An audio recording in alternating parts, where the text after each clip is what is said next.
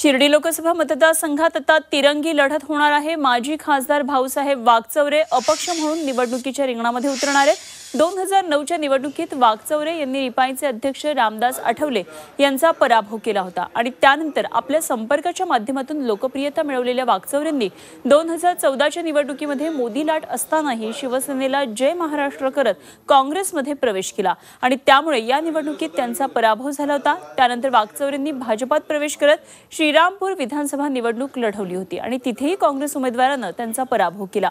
यानंतर वागचौरेंनी भाजपमध्ये राहत साई संस्थांचं विश्वस्त पद मिळवलं होतं। यंदा निवडणूक लढवण्याची इच्छा असतानाही शिर्डी मतदारसंघ शिवसेनेला सुटला होता आणि त्यामुळे वागचौरेंनी शिवसेनेकडे उमेदवारी मागितली होती, मात्र ती न मिळाल्याने आता वागचौरे अपक्ष म्हणून निवडणूक लढवणार आहेत।